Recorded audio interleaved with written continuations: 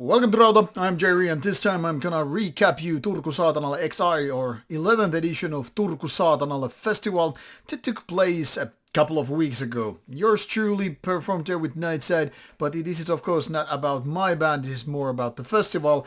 Let's just say I had two different roles this time at Turku Saatanalle, like 2 years ago, doing interviews for Rauta, and of course this recap video, and then again also, well, performing a gig. So it was an interesting weekend, to say the least. Lots of interesting bands, some, in my opinion, interesting interviews, and of course it was fun and very, very invigorating to play there with friends and like.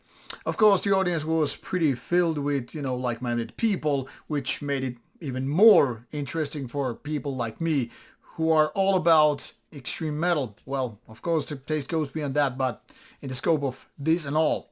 Now let's take a look at the lineup before we go into the very basic things about the festival, how it was and all that stuff. Now this event took place in a place called Utopia, which is a venue for a lot of these kind of events, and it has been there like before, and 2 floors of stuff. The downstairs being more on the bar side of things, for chatting and all that stuff when you need a break from the live music and all. And of course the upper floor, for the bands and all. Like I said, this was divided into 2 days, with some Brazilian madness leading the way on Friday, and then Saturday was led by Helheim from Norway. Now, the interesting thing was that it was opened by Flag, a French band, who also actually had a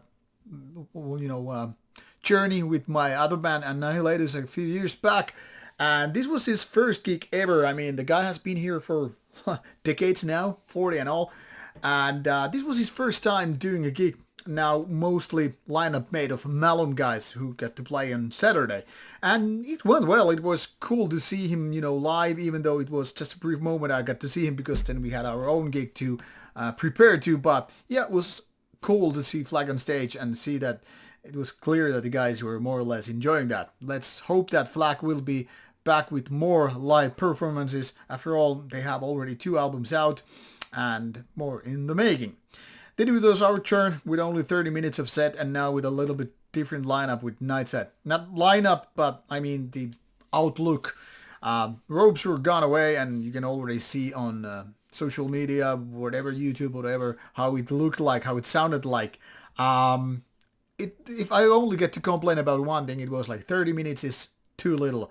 6 songs in, and that's pretty much of it. We got to play a couple of songs from the upcoming album, so at least in that sense it was really, really nice to give a little bit of idea what's happening, and then having some demo tracks, some tracks from the first album and so forth. Looking forward to go on with this stuff later on.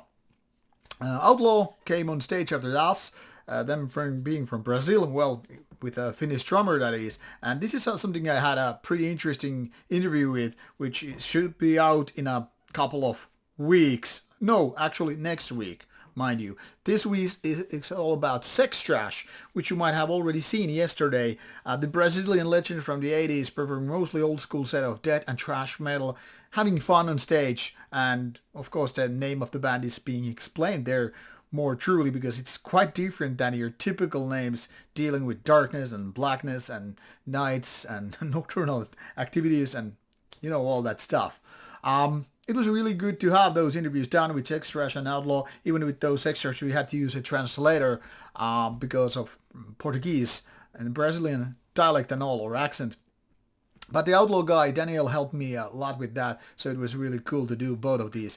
I think you should definitely watch for the the both interviews, because they really give you a little bit of mind's eye into the world of Brazilian black metal past and present. Well, extreme metal, let's call it that way, because extra isn't really black metal. But yeah, a lot of familiar names might be popping up with those 2 interviews going back and forth. So they're coming back to back this week and next week.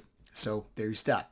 And Orchestra from Kyrgyzstan, nowadays more like Germany, with very international lineup, very deep things, very provocative things to say about the world, religious included.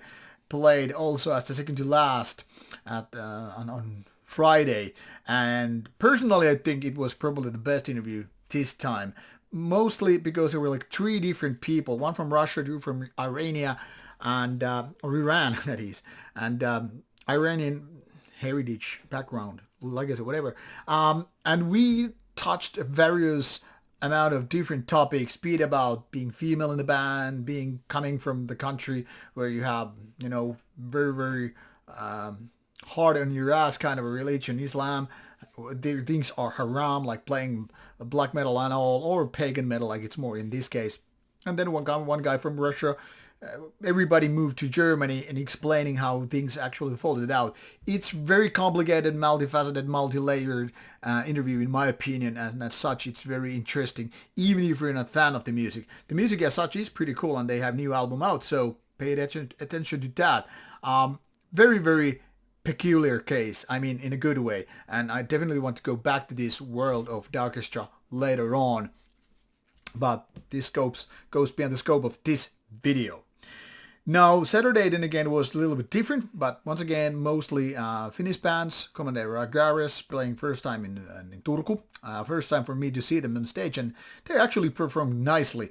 There was some kind of a nice energy on the stage, and also visiting guest vocalists, which really brought some difference to the whole setting.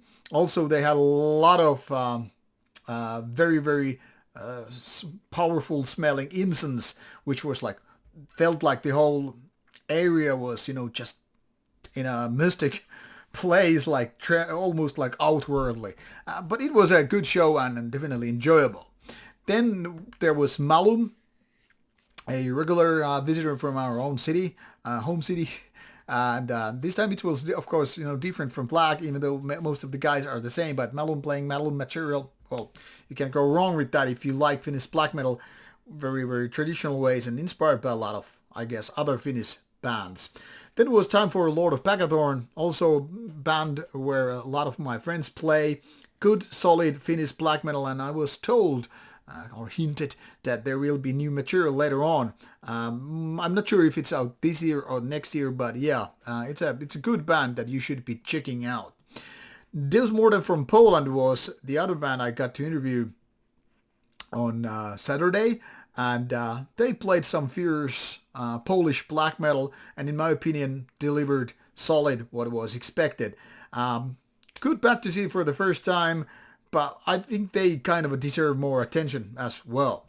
Now, we're looking for special guest, coming a cult name from Finland. By the way, we actually shared the stage with them, with Nightside, back in 1998 or so in Oulu, Finland. So it was kind of a comeback to this band where a lot of friends play, but they had like zero policy for photography or video, so you might not be able to see photos from that band. But anyway, it was a solid show by them. They also played at Turku Saatanalle a few years ago, so to me it wasn't the first or second time seeing them, or not to witness them in my home city, but always solid band, as said. And then the night was finished by Helheim, which probably a lot of people know for being a combination of Viking metal, black metal, some kind of a pagan metal, all twisted into rather progressive shapes these days. One could even say they are the bastard brother of Enslaved in a way. I mean, different but also similar. Lots of cool videos happening on the background, and them differently, being different from these other bands, both in style or visually as well. So it was a good way to end the night and all. Now, I probably forgot to mention something. Oh yeah, Sex Trash and Outlaw interviews took place on Friday, and they will be the first to come out, as mentioned. And Darkestra Deus Mordem interviews happened on Saturday, so they will follow up later on. I'm not exactly sure yet in which order. Probably Darkestra first and Deus Mordem, because that's a chronological order. So in a couple of weeks you should see more interviews, but this week's already Sex Trash out, and then followed by Outlaw, and most likely Darkestra in a couple of weeks, because there will be a week off from the interviews while I'm at Inferno Festival, and there will be some shorts videos which will be going out right at the very moment, so that will be skipped in terms of interviews. Now, if you want to see some clips or photos, I strongly recommend you to check out Turku Saatanalle Black Metal Festival official Facebook page, where you will see my video and photographer guy Arto Soini and Arto Soini Photography taking these photos, and there are also some video clips. I think at least I'd already noticed, for us Nightside guys, there were a couple of clips already on YouTube and Facebook. People have been putting them out. So in case you want to see and get to feel how these bands, also other bands that is, performed live, go to just see them. Of course, never these YouTube clips won't do justice to bands performing live. It's only a mere glimpse what you might have been experiencing had you been there. In my opinion, it was a fantastic festival, fantastic weekend overall with good friends, seeing good bands, and doing those interviews, and of course performing live myself. I couldn't really be much happier about it because it was fantastic. It just feels like 2 days are too little, but then again, weekends rarely last more than a weekend. So with these words, I guess I'm saying you should be there for Turku Saatanalle 2025. While it's not as big as Steelfest, there's a lot in the same sense of feeling what you get to witness on stage. I mean, both from the event side of things as well as the audience. Really, they could be like cousins from one another. Turku Saatanalle being the smaller one, but nonetheless delivering same kind of a mindset when it comes to bands and all that stuff. Just with indoors, where Steelfest is obviously outdoors. And by the way, this is not just advertising these two together because they're two separate entities, two separate promoters and organizations. Just saying that the general feeling when you want to see underground black metal and beyond, well, these are the kind of two festivals you probably want to see the most, apart from the big ones, which are, of course, with different kind of lineup and more mainstreamish bands and all. Now, I will link this video gallery, or photo gallery, or Turku Saatanalle link to the links below, so you get to quickly and easily access to it. If you don't have Facebook, well, I have no help for you.